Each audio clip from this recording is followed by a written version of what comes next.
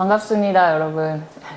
방금 소개받은 다음과 같은 캐릭터로 여러분들 많이 만나고 있는 저는 루나 홍인혜입니다. 잠시만요. 오늘 준비한 이야기는 제가 이제 전세 사기 당하고 어떻게 그걸 해결했고, 이게 과연 전세 역전으로 세입자가 이룰 수 있는 것인가? 그런 얘기를 여러분과 나눠보려고 갖고 와봤고요. 이제 본격적으로 오늘의 주거에 대한 이야기를 들어가 보면은요. 여러분 요즘 하루가 멀다 하고 전세 사기 뉴스 엄청 많이 나오잖아요. 안 본 적이 없는 것 같아요. 매일같이 막 몇백억이 지금 올해 날아갔네, 세입자 울고 있는 사람 몇 명이네, 뭐 법이 바뀌네 마네, 빌라 왕, 뭐 빌라 황제, 뭐 별별 사람들이 다 나오고 있잖아요. 그래서 정말 무서운 시대를 살아가고 있다는 생각이 들었습니다. 문득 이런 뉴스들을 보면은 이거 나는 피할 수 있을까? 사기꾼들 저렇게 지독하고 무서운데. 그리고 제가 만화 그리는 동안에 진짜 많이 사람들이 두려워하셨던 게, 나 벌써 당하고 있는 거 아니야? 우리가 이제 돈을 전세라는 건 받기 전까지는 사실은 마냥 불안하잖아요. 내가 모르게 우리 집주인 내 뒤통수 치고 있는 거 아니야? 불안하고. 만약에 만에 하나 재수없게 내가 이런 일 당하면 어떻게 대처해야 되지? 이 모든 게 굉장히 궁금하실 것 같아서 그런 얘기들을 좀 갖고 와봤어요. 여러분 다 집을 이제 구해보신 분들 계실 것 같은데, 우리는 집을 구하면서 어른이 된다라고 저는 생각을 해봤습니다. 제가 처음 독립한 거는 한 10년 전인데요. 부모님이랑 살다가 혼자 살고 싶어서 집을 나와서 첫 전셋집을 구하게 되었는데, 그때 당시에 제가 깨달은 거는, 부동산이라는 거는 완전하게 돈의 논리구나. 그래서 부동산이라는 거는 진짜 자본사회에서 너무 당연한 거지만 내 돈 가진 만큼의 집을 구할 수밖에 없구나를 철저하게 깨달았고, 그래서 저는 이 모든 것을 뚫고 어떻게 집을 구했습니다. 어렵게 말해서 임대차 계약이 동일한 조건으로 갱신됨, 우리 뭐 그거 묵시적으로 합의한 내용이에요, 이렇게 묵시적이란 말 많이 쓰잖아요. 이거는 조건이 어떻게 되냐면은, 임대인, 즉 집주인이 내 세입자한테 계약 종료하기 2달 전까지 아무 말 안 해. 그러면은 이거는 묵시적으로 연장됐다라고 보는 겁니다. 그래서 실제로 내가 만약에 5월 1일이 만기야. 근데 3월 뭐 예를 들면 1일까지 아무 말이 없었으면은 갱신됐다고 보는 게 맞습니다. 그리고 이것의 장점은 뭐냐면은 자동 연장이 됐고 계약서를 새로 쓸 필요도 없다고 저는 알고 있어요. 그렇기 때문에 복비를 내지 않아도 됩니다. 왜 우리가 뭐 피터팬 방구하기든 직방이든 다방이든 이런 걸 보면은 거기에 약간 스페셜 사항에 용자 없는 집 막 이렇게 강조돼 있잖아요. 왜냐하면 사람들이 다 그걸 좋아하기 때문이에요. 근데 용자 없어요, 등기부 등본 깨끗해요, 이 말 참 많이 하죠. 근데 그게 정확하게 무슨 의미냐고 하면, 이 집을 담보로 돈을 빌린 게 없다, 집주인이, 그 뜻입니다. 이게 용어가 되게 여러 가지로 헷갈리는데, 이 오른쪽에 그림을 보시면은요, 용자라는 말로도 표현을 해요. 용자가 1억 깔려 있어요. 또는 집 담보 대출, 담보 대출이라고도 말해요. 다 같은 말입니다. 이 집 담보로 빌린 돈이 있어요. 또 근저당이라는 말도 합니다. 근저당이 2억인 매물이에요. 그럼 이 집 담보로 2억 빌리는 거다, 집주인이, 이 얘기를 합니다. 이게 다 같은 말이고요. 근데 이게 만약에 나보다, 내 입주보다 먼저 이루어진 그거라면 저보다 선순위예요. 말하자면 집주인이 5억짜리 집인데 은행에 집을 담보로 2억을 빌려놨어. 그러면은 그 집에 있어서의 권리는요, 은행이 1순위입니다. 왜냐면 나보다 먼저 빌렸기 때문에. 내가 그 집에 들어가면 나는 그 후순위가 되는 거죠. 근데 가끔 어떤 사람은 내 5억짜리 집에 2억짜리 빚이 있는 집주인인데, 네가 나한테 전세금을 2억을 주면 말소시키겠다, 그거를. 그런 조건을 내세우기도 합니다. 그것은 사실 나쁜 이야기는 아니에요. 그것을 특약을 잘 쓰고 그것이 잘 이루어지면. 왜냐하면 실제로 집주인이 은행에 집에 빚을 2억을 은행에 빌려가지고 갖고 있는데 내 전세금으로 그걸 갚아서 없애주겠다는 얘기잖아요. 그럼 빚이 이제 빵이 된다는 얘기니까. 그러니까 그것은 이제 가능한 이야기다. 이제 본격적인 뒤통수, 이후로 무슨 일이 일어났나 여러분께 소개해 볼까 합니다. 여러분, 집을 들어가면 세입자의 제1 미션 뭐죠? 들어가자마자 뭐부터 하라 그러죠? 전입신고 확정일자. 네, 이거는 무조건 상식 수준으로 다 알고 계시잖아요. 근데 저도 사실은 이거를 사람들이 연불처럼 외워가지고 이사 가면 전입신고 확정일자부터 받아라, 그래 하고 생각하고 제깍했습니다. 저는 모든 것을 이제 많이 준비하는 사람이기 때문에. 근데 나중에 알고 보니까 정말 이게 제 권리를 주장할 수 있는 유일한 그 도장 하나, 그 조그마한 도장 하나가, 이게 없었으면 저는 아무 구제도 받지 못하고 돈을 진짜로 날릴 뻔했고요. 그래서 이거를 하게 되었는데요. 이걸 하는 이유는 세입자가 대항력과 우선 변제권이라는 힘을 갖기 위해, 즉 이 집에 있어서의 나의 권리를 보장받기 위해 해야 되는 아주 기본적인 행위입니다. 근데 이거를 최대한 빨리 하라고 하는 이유는 아주 대표적인 전세 사기로 이런 게 있기 때문입니다. 세입자가 확정일자 받기 전에 집주인이 대출 땡겨버리기. 이를테면 내가 아무리, 저는 용자 없는 집 들어갈 거예요. 용자 없는 집 구해주세요. 그래서 등기부등본 깨끗한 집을 구했어. 그랬는데 여러분, 전입신고 확정일자의 맹점이 이거를 개정하자고 아마 유사일에 계속 얘기가 나오는데 개정이 안 되는 게, 내가 오늘 신고하잖아요. 이 길 0시부터 이게 발효가 됩니다. 제가 오늘 이사를 했어요. 그래서 오늘 전입신고 확정일자 받았어. 오후 3시에 받았어. 그럼 3시부터 발효가 돼야 되잖아요. 아니라 내일 0시부터 발효가 되는 거예요. 그럼 집주인은 은행 문 닫을 때까지 대출받을 시간이 몇 시간이 있어요. 그러면은 나 몰래 은행에 가가지고 집담보대출 받아버려요. 그 사이에. 근데 실제로 그런 일을 하는 사람이 있습니다. 그런 일이 있어 싶지만 있다는 말씀이죠. 그러면 하루아침에 나는 용자 없는 집에 들어가겠다고 찾고 찾아서 들어왔는데 나보다 선순위 채권이 생겨버리는 거예요. 그러니까 말하자면 내가 뒷순위로 밀려버리는 거죠. 근데 이거를 방지하기 위해 요즘은 특약을 많이 쓰곤 합니다. 그리고 세입자의 이제 전입신고 확정일자 말고 내 전세금 보전하기 위한 서브 미션이 있습니다. 그것은 전세 보증금 반환보증 가입하기였습니다. 이게 정식 명칭이 전세 보증금 반환 보증이거든요. 이거 그냥 전세보험이라고 흔히 말하는 그거예요. 허그에서 전세보험 들었어 얘기 말하는 그거거든요. 압류가 뭐냐? 저도 압류장을 받고 네이버를 찾아봤습니다. 압류 뭐야? 그 소위 우리 드라마 같은 데 보면은 우리 집 압류됐대. 빨간 딱지 붙고 막 이러잖아요. 국가기관이 강제로 누군가의 재산을 처분을 못하게 막는 거. 이 재산은 국가가 관리한다 이제. 네 권리 없다. 이렇게 말하는 겁니다. 즉 이 집은 권리가 국가에 압수됐어. 집주인 이 집 맘대로 처분 못해. 이 뜻이라고 해요. 우리 집에 압류장 날아왔다. 내가 사는 집 집주인 권리 없다. 국가가 이제 알아서 팔든지 어떻게 하든지 해서 처리한다. 저는 너무 당황했고, 일단 생각한 거는 이거 집주인 사정이지 내 사정 아니지 않을까? 이거 나랑 무슨 상관이야? 내 집도 아닌데? 이렇게 생각을 했습니다. 그런데 그게 아니더라고요. 너무 놀랍게도 이것은 경매로 이어질 수 있는 사건이었고요. 경매로 이루어지면은 저의 전세금이 어떻게 될지는 그때 이제 판정이 되는 건 거예요. 그래서 근데 이사 온 지 한 달 만에 얼마 살지도 않은 집에서 압류장을 받으면 세입자 멘탈 어떻게 되죠? 와장창 붕괴됩니다. 너무나 놀랬고요. 충격을 받았습니다. 이게 그 경매 배당 순이라는 건데요. 어떤 집이 경매에 있어서 더 팔려서 누가 낙찰을 받아서 돈이 생겨. 그러면 그 돈을 어떤 순서로 뜯어가냐면은 일단 기본 경매 집행하는데 나라에서 쓴 돈이 있어요. 저게 한 700~800만 원에서 1000만 원 정도 되는데 500에서 1000만 원이라고 생각하시면 될 것 같아요. 저걸 1순위로 가져갑니다. 국가가. 그리고 두 번째로 뭐 매각 부동산의 필요비, 이건 사실 저도 정확한 게 뭔지 모르겠는데 1, 2는 이제 비슷한 거라고 보시면 돼요. 그러니까 기본가로 얼마를 가져갑니다.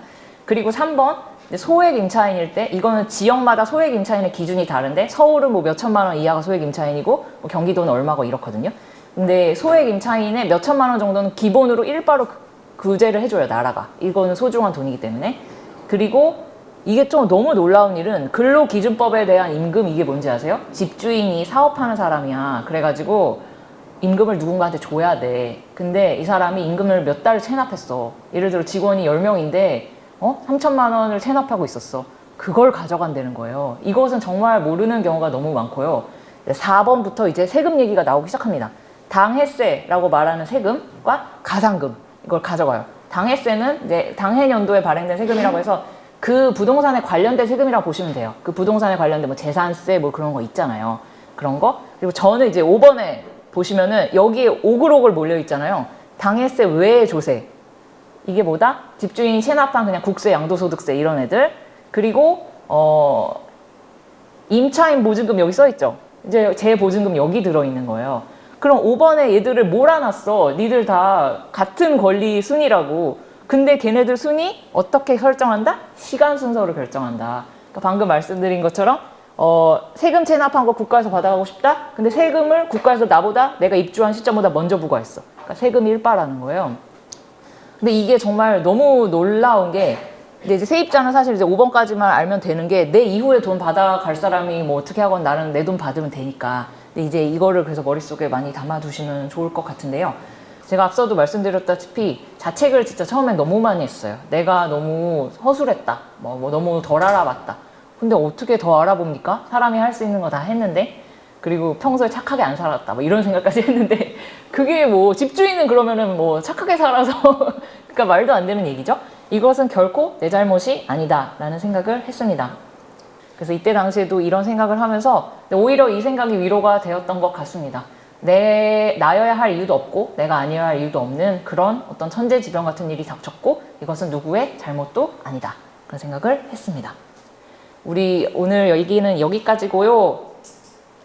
저도 사실은 그냥 뭐 글쓰기나 뭐 책 얘기, 목토크 이런 거는 강연을 많이 했지만 제가 청년 주거에 대해 김포에 와서 얘기할 줄 몰랐고 심지어 오늘 그 강연에 나이 제한 있었잖아요. 난 못 들어.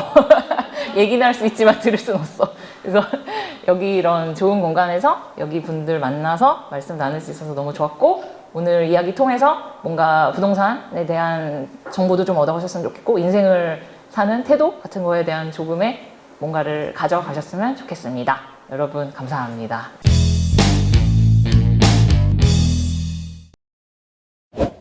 저는 주거 관련된 주택정책 관련된 일을 계속 하고 있는 사람이고요. 이따 뭐 설명드리겠지만 뭐 사회주택이라는 분야 쪽에서 있기도 했었고 요런 어떤 정책들이 요새 많이 늘어나잖아요. 청년 관련된 정책. 그래서 주로 이제 주거 정책 쪽에서 청년 주거 정책을 좀 담당을 했었습니다. 그래서 이게 그 중앙정부가 2021년부터 청년 정책을 시작하거든요. 이제 딱 3년 차가 됐어요. 그래서 그때 이제 처음으로 청년 주거 정책 중에 주거비 지원 사업이 2021년부터 등장합니다. 그리고 그때부터 설계가 되고 작년부터 이제 시행이 됐죠. 그래서 여러분들은 요 조건에 맞으면, 요 조건에 맞기도 쉽진 않아요. 어쨌든 요 조건에 맞으면 이제 월세를 지원받을 수 있는 거고, 그래서 적어도 월세 지원을 받으면서 내가 이렇게 돈을 좀 모아서 빨리 조금 더 좋은 조건의 주거로 갈 수 있기 위해서 나온 정책이다. 여러분들 뭐 전월세를 구하는데 혹은 뭐 임대인이 집주인이 갑질한다 뭐 이런 것들에 대해 상담받을 수 있는 법률적인 상담이나 어쨌든 권리구조에 대한 상담을 받을 수 있는 전월세 지원센터 같은 것도 있고, 렌트홈은 조금 이따가 설명드릴게요. 그리고 그 LH가 전반적으로 내 정보를 입력하면 너는 어떤 집에 들어갈 수 있습니다 이런 거 다 알려주는 뭐 마이홈 포털도 있고, 각 지자체에서 청년 주거들을 위한 정보들 어떤 집들이 있습니다 이런 거 정보 제공해주는 청년 주거 포털 같은 것도 있고, 그래서 광역형에서는 이런 것들을 좀 봐주긴 합니다. 어쨌든 물론 기초단위에서도 물어보면 봐주시긴 해요. 그래서 뭐 임대차 계약서 썼는데 뭐 집주인이 이상한 거 요구할 때도 많잖아요. 막 15일 연체하면 계약 해지할 수 있다 이런 불공정 계약들이나 뭐 일체 수리비는 임차인이 부담하는 저 말도 안 되는 거거든요. 뭐 이런 것들 좀 이렇게 알려주는 뭐 이런 상담 서비스 같은 것들도 있고요. 그리고 아니면 사실 전세 사기 안 당하려면 제일 중요한 거는 이 집의 스펙을 정확하게 알아야 되잖아요. 그래서 제가 이거 좀 불안한 주택인데 좀 어떻게 이게 안전할까요? 뭐 이런 것들 물어보는 뭐 이런 역할들도 맡기도 합니다. 그래서 뭐 강조하려고 했던 거는 어쨌든 주거복지센터가 이런 주거 서비스에서 가장 중요한 역할이긴 하거든요. 그래서 이게 뭐 월세 지원도 좋고 대출도 좋고 집 짓는 것도 좋은데 이런 서비스들도 되게 중요한 정책이다 보니 이런 것들도 놓치면 안 된다라는 게 있습니다. 비주택 거주자 주거 상향 사업이고요. 혹시 주변에 고시원 사시는 분들이 있다라고 하면 꼭 이용하시면 좋을 정책입니다. 그리고 이제 뭐 요새는 좀 많이 늘어나고 있죠. 아무래도 전세 사기나 깡통 전세가 너무 급증하고 있고, HUG라고 하는 허그라고 하는 국가의 어떤 공공기관이 있습니다. 거기서 이제 전세 사기 예방센터를 지금 이제 설치해서 운영하고 있고요. 혹은 다양한 어떤 보증보험 상품들을 운영하고 있습니다. 그래서 혹시라도 앞으로도 전세집을 구할 때 보증보험 가입되는 집인지 아닌지를 보셔야 내가 나중에 그 전액을 돌려받을 수 있는지, 혹은 집값이 떨어지더라도 얘는 보장해 주는 거니까 돌려받을 수 있는 가능성이 있는 거죠. 돌려받을 수 있는 거죠. 보장이 되는 거죠. 근데 사실 이거에 가입되지 않은 지금 수많은 전세 가구들이 이제 전액을 못 돌려받을 위기에 있어서 이게 지금 좀 국가적으로 좀 대응해야 되는 사안이라고 저희는 보고 있습니다. 2만 원씩만 들어놔도 돼요, 사실은. 근데 어쨌든 얘는 거의 그때 당시로는 2% 금리 시절에 한 5%까지 주는 이건 말도 안 되는 청년들을 위한 정책이었어가지고 뭐 이런 것도 좋죠. 나름 뭐 어쨌든 그래서 저도 당연히 가입돼 있고요. 그리고 이건 소득이 3,600만 원 넘어가는 순간부터 못 들어가는데 중간에는 넘어가도 되거든요. 들고 나선 넘어가도 되거든요. 그러니까 이렇게 빨리 더 본인 어쨌든 여러분들 앞으로 돈을 더 많이 버실 거잖아요. 더 많이 벌기 전에 빨리 가입해야 된다. 이제 좀 비영리를 목적으로 하는 민간의 여러 조직들, 사회적 기업이나 협동조합이나 뭐 사회복지법인이나 뭐 비영리 법인들이 짓고 운영하는 주택을 사회주택이라고 말합니다. 네. 내가 이용할 수 있는 정책은 어디까지인지, 나는 월세 지원사업 받을 수 있는지, 대출 사업 받을 수 있을 만큼의 신용도가 있는지, 아니면 뭐 대학생이면 대학생 전용권을 이용할 수 있는지, 중소기업 근로자인지, 뭐 창업했는지, 뭐 등등 이런 것들을 좀 전반적으로 보는 게 중요하고요. 일단 내가 정책 대상에 해당되는지를 보고 그 다음에 뭐 목돈은 얼마나 모아놨는지를 당연히 봐야겠죠. 이거 어차피 한 2년 내지 4년간 못 빼는 돈이니까. 그리고 뭐 목돈을 뺐을 때 나는 얼마까지 뭐 부담할 수 있는지, 그리고 집을 구하기 위한 뭐 나만의 어쨌든 노하우들은 좀 갖춰놨나, 뭐 이렇게 혹은 뭐 요거는 또 노하우뿐만 아니라 신용도는 갖춰놨나, 뭐 이런 것들을 쭉 많이 보셔야 되고요. 뭐 돈 많이 자원은 아닌 거는 그냥 정보들을 많이 알아야죠. 뭐 직방은 한 2번 정도씩 직방다방 어플 보면서 시세는 한번 네이버 부동산 이런 거 파악해 보시는 것도 방법이고, 부동산 이용할지 말지 많이 물어보시는 분들 계십니다. 한 30만 원에서 40만 원 정도 선에서 보통 여러분들이 구하실 만한 집들이 많아봐야 50만 원 안팎으로 다 잘려지기 때문에 그래도 한번 그 정도 내고 좀 안전을 기하는 게 더 낫지 않을까라는 좀 제안은 드리고, 그럼에도 불구하고 직거래로 구하셔도 상관없죠. 그 돈이 조금 아까우시면 직거래로 구하면 내가 등기부등본이랑 건축물 대장 이런 거 아니면 계약서는 꼼꼼히 검토는 하셔야 됩니다. 처음 구하실 때는 혼자 가지 마시고요. 옆에 한 명 있어야 근데 이거 수리하고 들어가지 않으면 안 될 것 같은데 막 이런 얘기 해주면 좋으니까 어쨌든 같이 따라가서 이렇게 겐세히 놔주는 친구를 한 명씩 데려가 주시면 좋고요. 그리고 주소는 어쨌든 가실 때마다 주소 정확하게 보셔야 돼요. 어쨌든 건축물 대장이나 등기부등본은 그 필수다 보니까 이거 정확하게 보시고 이건 다 떼보고 계약을 맺으셔야 됩니다. 어쨌든 계약 맺을 때까지는. 그리고 사진 찍은 거는 필수. 무조건 사진 세부적으로 다 찍어 놓고, 이게 왜 그러냐면 나중에 수리비 분쟁이 붙을 때도 있어요. 물론 기본적인 권리관계들 보여주긴 하는데 저는 어쨌든 이 부분을 좀 보시면 좋을 것 같다고 생각되는 게, 여기에 이제 그 수도, 전기, 가스 우리가 아까 봤던 수도, 전기, 가스, 소방, 뭐 난방, 승강기, 배수, 뭐 벽면 도배, 일조량, 소음 이런 것들을 다 표시하게 되어 있습니다. 자, 이거는 나중에 내용 증명을 하거나 그 수리비나 혹은 집에서의 이슈들이 발생했을 때 공인중개사가 내 편을 들어줘야만 되는 서류입니다.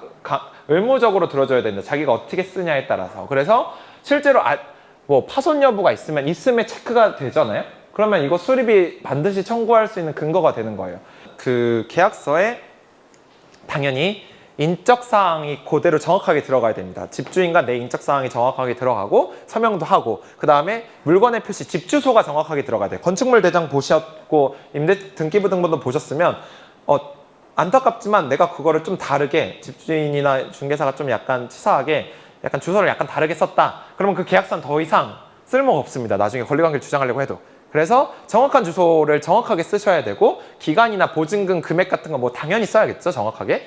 네, 그리고 지급일자 뭐 등등도 써야 됩니다. 그리고 이런 게 어쨌든 종합적으로 들어가야 나중에 확정일자라는 것을 받을 수 있어요. 이 확정일자를 받아야만 내 보증금을 보호받을 수 있는 그런 어떤 절차이기 때문에 어쨌든 요 내용들은 반드시 써주시면 좋을 것 같고요. 이분이 어떤 누구한테 은행에서 차입도 받았을 거고, 아니면 이 건물의 소유주가 같은데 앞서서 전세 세입자가 있을 수도 있어요. 그리고 혹은 이 집이 담보력이 있으니까, 우리가 보통 집이 있으면 은행에서 돈 땡겨올 수 있잖아요. 그러면 사실 내가 그 전에 등기부등본에 본 거 말고도 나중에 돈을 더 빌려올 수 있어요. 근데 전입신고와 확정일자가 들어가면 나의 순위가 찍히는 겁니다. 그래서 내 앞서서 있었던 그런 부채만을 먼저 털고 그 다음에 내 거를 털 수 있어요. 그러면 10억 원짜리 건물이다. 근데 앞서서 5억 원의 부채가 있다. 그래도 내게 2억 원짜리 전세다. 그러면 그 경매가 10억 원짜리가 넘어가서 설사 싸게 8억에 팔리더라도 5억 털고 그 다음에 내 거 털어도 1억이 남는 거잖아요. 그러니까 나는 보호받을 수 있는 거예요. 근데 내가 전입신고랑 확정일자를 늦게 했어요. 늦게 했으면 그 전에 이 집주인이 그걸로 돈을 한 5억 더 땡겼어요. 그래서 앞선이 10억이 되어버렸다. 그러면 내가 아무리 이 집에 살고 있어도 네, 이 10억의 설사 경매가 넘어가더라도 나는 못 받는 거죠. 진짜 못 받아요. 이거는 아예 받을 수가 없어요. 이건 아예 삭제되는 권리가 돼버리기 때문에 무조건 확인하고 들어가서 그 확정일자 먼저 전입신고하고 확정일자 넣고, 그리고 이제 앞으로는 전세 사기 때문에 확정일자가 원래 하면 다음날 때문에 그런 그 당일에 사기치는 분들도 있었지만 요건 이제 방지할 수 있는 방안들이 이제 정책적으로 생기고 있습니다. 그래서 이런 것들은 좀 보셔도 되고, 권리가 임차권이라고 말하는 저 권리입니다. 그래서 집 안 돌려주는, 보증금 안 돌려주는 경우를 빼고는 절대로 그 등기에 임차권이 들어갈 수가 없어요. 그래서 무조건 보증금 안 돌려준 경우에만 들어간 거고, 내가 못 돌려받으면 어쩔 수 없죠. 나라도 돌려받아야 되는데, 그래 임차권 바로 넣어야 돼요. 바로 넣으셔서 순위보증 유력 받아야 내가 다른 데 가서도 살다가 나중에 그래도 먼저 돌려받을 수 있고, 가끔 약간 근데 가끔 약간 이거 너무 법원 가야 되고 어려워야 하는데, 그리고 이거 막 비용도 많이 드는 거 아니야 하는데, 어쨌든 이기면 비용은 그 집주인이 내줘야 됩니다. 관련된 그 임차권 등기를 위해서 소모된 비용들은 당연히 진 사람이 내줘야 되는 거잖아요. 그건 내주는 거고, 그리고 임차권 등기는 워낙 명확한 사안이기 때문에 그 저거 안 해요. 판사가 막 와서 막 이거 땅땅땅 안 하고 그냥 약식으로 갑니다. 그냥 알아서 약식으로 가고, 지금 명령도 알아서 법원에서 청구하기 때문에 전 가만히 있어도 돌려받을 수 있어요. 그래서 사실 그렇게 어려운 건 아니다. 물론 법원 가고 이런 게 좀 부담되긴 하는데, 그래도 그 꽤 약식이다 하시면, 저도 한번 도와드린 적 있어요. 누구 이렇게 하는데 그렇게 어렵진 않아요. 네, 뭐 그런 게 있고, 네, 그래서 밑에 것도 뭐 그냥 대부분 이깁니다. 이거는 뭐 질 수 있는 게임이 아니라서 바로 판결되고, 네. 뭐 이렇게 좀 참고하실 수 있고, 나중에라도 혹시라도 집주인이 안 돌려준다 하면 뭐 이런 거 확인해 보셔도 될 것 같습니다. 그러면 3시간 너무 고생 많으셨고요. 네, 어쨌든 또 이렇게 궁금하신 점 있으면 아니면 주최 측 분들 통해서 나머지 뭐 질의사항을 메일로 보내주시면 제가 답장 드리는 걸로 또 할 수 있으니까, 네, 편하게 말씀해 주시면 될 것 같습니다. 네, 그러면 오랜 시간 고생 많으셨습니다. 감사합니다.